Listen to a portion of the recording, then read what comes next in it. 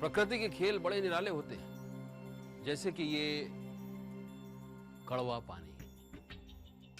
बहुत सालों तक खामोश था ये पानी, एक कुएं में बंद। अल्लाह की शफा है उसमें, हम ये समझते।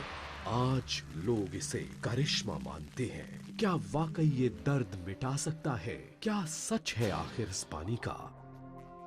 बचपन में अक्सर हमने ऐसे योगियों की कहानी सुनी है कि अगर वो नाराज हो जाएं तो अपनी आंख की ज्वाला से भस्म कर दें, या 7 समंदर पार किसी बीमार को अपनी दुआओं से ठीक कर दें, या श्री कृष्ण की तरह अपनी उंगली पर भारी से भारी चीज तिनके की तरह उठा लें।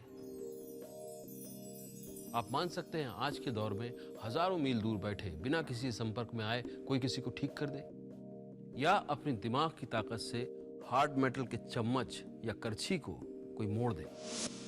यकीन नहीं आता?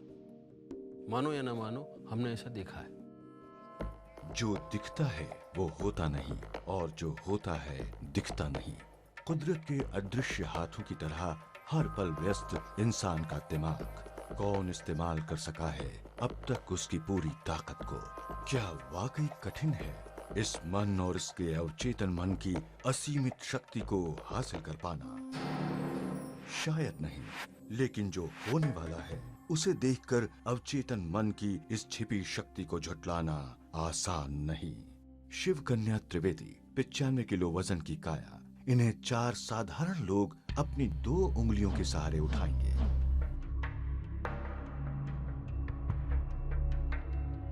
अगर आप उसको नॉर्मल कॉन्शियस माइंड से उठाने की कोशिश करेंगे तो आप बिल्कुल नहीं उठा पाएंगे।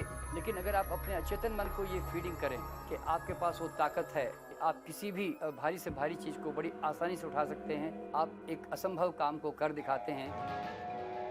और पलक झपकते ही 2 और 2 4 और 4 8 उंगलियों पर कपास के हल्के फुल्के खिलौने जैसा 95 किलो वजन उठ गया सिर के ऊपर तक। मैं कैसे उठ गई और कैसे एकदम से आराम से नीचे आ गई, मुझे पता ही नहीं चला। हमने जब पहली बार ट्राई करा तो हम पूरी तरह से फोर्स लगा रहे थे, लेकिन वो फोर्स प्रॉपर्ली अप्लाई नहीं हो पा रहा था। उनके बाद जब आवाज डाली तो उनको उठाया तो मालूम ही नहीं पड़ा कि कैसे उठा दिया हम लोगों ने। इस हैरत अंगेज मंजर के पीछे छिपी ताकत, सबकॉन्शियस माइंड का एहसास हम में से कितनों को है? दरअसल तमाम लोग खुद में छुपी खुद की इस ताकत से उम्र भर अनजान रह जाते हैं। हम हमारे मेंटल एबिलिटी से, हमारे सोच से हम कोई फिजिकल चीज़ कर सकते हैं। जैसे कि बहुत सारे लोग कहते हैं कि हाँ हमने चम्मच बेंड कर दिया या हमने ये चीज़ यहाँ से यहाँ हटा दी सिर्फ सोच से। इसे हम साइंटिफिकली हम कहेंगे कि ये पैरासाइकोलॉजी के अंदर आएगा। इस पे बहुत सारा डिबेट अब तक चल रहा है। कोई प्रूव नहीं कर पाया है कि हाँ ये सच में माइंड की शक्ति से ही हो रहा है। यहाँ इत्तेफाकन ही सही, मगर जिंदगी की राहों पर बेमकसद बढ़ते कोमल औजला के कदम यकायक डॉक्टर शर्मा की टीम के पास आ रुके, और तब खुलते हैं उसके लिए खुले दिमाग से परे बंद दिमाग के दरवाजे। वो आती है डॉक्टर शर्मा के साधना स्थल, जहां उसके इंतजार में है अवचेतन मन का शक्तिशाली रहस्य, जहां कोमल के साथ खुली रह जाएंगी और भी हजार हजार आंखें। कोमल को अपने हाथों से स्टील का ये सख्त चमचा मरोड़ना है। जब ये लड़की मेरे पास में पहली बार आई तो मुझे उसके चेहरे से देख के लग गया था कि ये बड़े अविश्वास के साथ में मेरे साथ पास में आई है। अब हवा चाहे तो कुछ तेज होकर कागज को मोड़ सकती है, मगर ये नाजुक सी लड़की क्या करे? तो पहले प्रयास में उसको चम्मच बैंड करने में काफ़ी दिक्कतें आई, क्योंकि वो काफ़ी कॉन्शियस होकर अंदर ही भीतर जो है शक के दायरे में थी और उसको विश्वास नहीं हो रहा था कि वो ऐसा कर पाएगी। कभी देखी ना आजमाई, ऐसी बात पर कोई विश्वास करे भी तो कैसे? लेकिन फिर एक बार जब डॉक्टर शर्मा के अनोखे प्रयोग का असर माहौल पर मंडराया तो कोमल ने महसूस किया कि उसमें भी विश्वास की मजबूत नसें फड़क रही हैं। थोड़ी देर के बाद में वो सचमुच उस चम्मच को बड़ी आसानी से मोड़ गई और उसको खुद को यकीन नहीं हो पाया कि वो काम वो कर पाई है। थोड़ी देर पहले जो मुंह चढ़ा रही थी, नाजुक उंगलियों पर औंधे मुंह गिरी स्टील की वो चुनौती।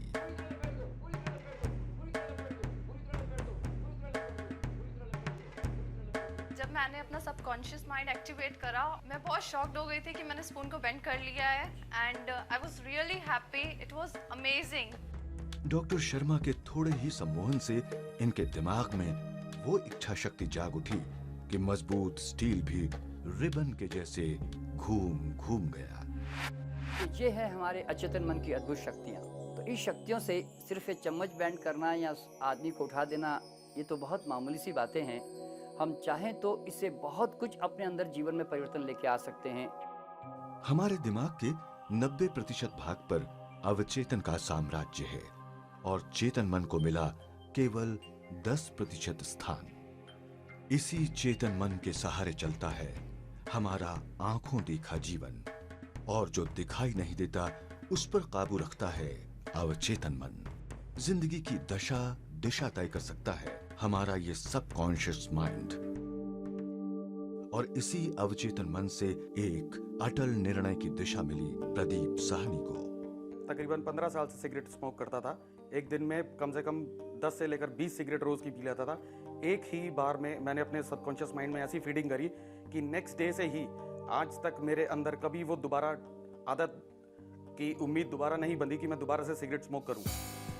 ध्यान की सहज अवस्था आने पर हमारा चेतन मन क्रियाशील हो जाता है, और उस हालत में किसी विचार या संकल्प को बार बार दोहराने से वो अवचेतन मन में अपनी जगह बना लेता है, और फिर अवचेतन मन शरीर में रासायनिक बदलाव लाता है, और वही बदलाव बनता है अच्छे या बुरे नतीजों का आधार। अगर हम अपने अचेतन मन को नेगेटिव प्रोग्रामिंग करते हैं तो सचमुच हमारे अचेतन मन में वैसा ही परिवर्तन आना शुरू हो जाता है। मुंबई का एक होनहार MBA पराग देसाई उजले कल की चाह और सुनहरे ख्वाबों को सच में बदलने की ख्वाहिश खींच ले जाती है उसे एक नीम हकीम तांत्रिक के पास। मगर ये क्या, पराग कांप उठा सुनकर उसकी शैतान वाणी। बड़े दुख के साथ कहना पड़ रहा है, अगले पूर्णमासी तुम्हारी जिंदगी की आखिरी रात हो। अगर हम अपने अचेतन मन को नेगेटिव प्रोग्रामिंग करें तो हमारे शरीर का हम बहुत बड़ा नुकसान भी पहुंचा सकते हैं, हम कई बीमारियां भी अन कर सकते हैं। हौसलों से भरा पराग देसाई अचानक सपनों से खाली हो गया। उम्मीद की हर किरण से जुदा होकर वो डूब गया निराशा की अंधी खाई में। मौत के भय में पल पल जल रहा था पराग। तांत्रिक की भविष्यवाणी पर यकीन कर उसने अपने सबकॉन्शियस में अपने आप ही अपनी चिता बना ली। हमारे अचेतन मन की एक और अद्भुत क्षमता है कि हम अपने विचार की तरंगों को कहीं भी संसार में भेज सकते हैं और वहां से वापस रिसीव भी कर सकते हैं। पराग के अवचेतन मन पर लिपटे शंका के सांप को मारना जो था, और तब डिस्टेंस हीलिंग का प्रयोग किया गया। अगर मैं आपसे फोन पे बात करूंगी और मैं आपसे कहूंगी कि देखो मैं यहाँ से मेरी एनर्जी तुमको पास कर रही हूँ और तुम इससे ठीक हो जाओगे, तो वो जो पावर ऑफ सजेस्शन है और आपका पावर ऑफ बिलीफ है वो आपको क्योर करता है। शहर दिल्ली से चली हीलिंग पावर को पराग ने मुंबई में बैठे हुए आत्मसात किया। सबकॉन्शियस माइंड से उठे आशा और विश्वास के बादल के बरसे पराग के अरमानों की सुलगती बंजर धरती फिर से हरी भरी हो उठी। फिर से खिल उठा जोश और जुनून उसके चेहरे पर। हमारे अचेतन मन के बारे में जितना कहा जाए उतना कम है। हम चाहें तो इससे बहुत कुछ अपने अंदर जीवन में परिवर्तन लेके आ सकते हैं, जिसको हम एक प्रकार से असंभव सा मानते हैं, वो सब परिवर्तन हम इस अचेतन मन के द्वारा अपने भीतर ला सकते हैं। सबकॉन्शियस माइंड हमारे लिए इसलिए भी इतना ज़्यादा महत्व रखता है क्योंकि that is basically that makes and breaks us. वो बेसिस होता है हमारे बिलीव्स, हमारे थॉट्स, हमारे इमोशंस और हमारे एक्शंस का। सम्मोहन से हम देख सकते हैं अपने जन्मों का सफर अवचेतन मन के साफ पर्दे पर। हम हैरान हो सकते हैं उंगलियों पर नर्म ऊन सी लिपटती स्टील को देखकर। अवचेतन के जरा से जागृत होने पर भारी देह उंगलियों पर हवा में झूल उठती है। तो क्या उसी की पूर्ण जागृति से हनुमान हथेली पर पहाड़ लेकर लौटे थे? जिस तरह हमने ब्रह्मांड के रहस्य छाने, क्या वैसे ही हमें मानव मन की था कभी मिल पाएगी? कैसे कोई हजारों मील दूर बैठकर किसी के रोग का इलाज कर सकता है? फिर आप, मैं और हम सब ये क्यों नहीं कर लेते? ऐसा माना जाता है कि हम अपने दिमाग का सिर्फ 2-3% इस्तेमाल कर पाते हैं और जो आदमी 6-7% इस्तेमाल कर लेता है वो जीनियस हो जाता है। हम अगर अपने सबकॉन्शियस माइंड को जागृत कर लें तो न मालूम कितने तरह के करिश्मे संभव हैं और कुदरत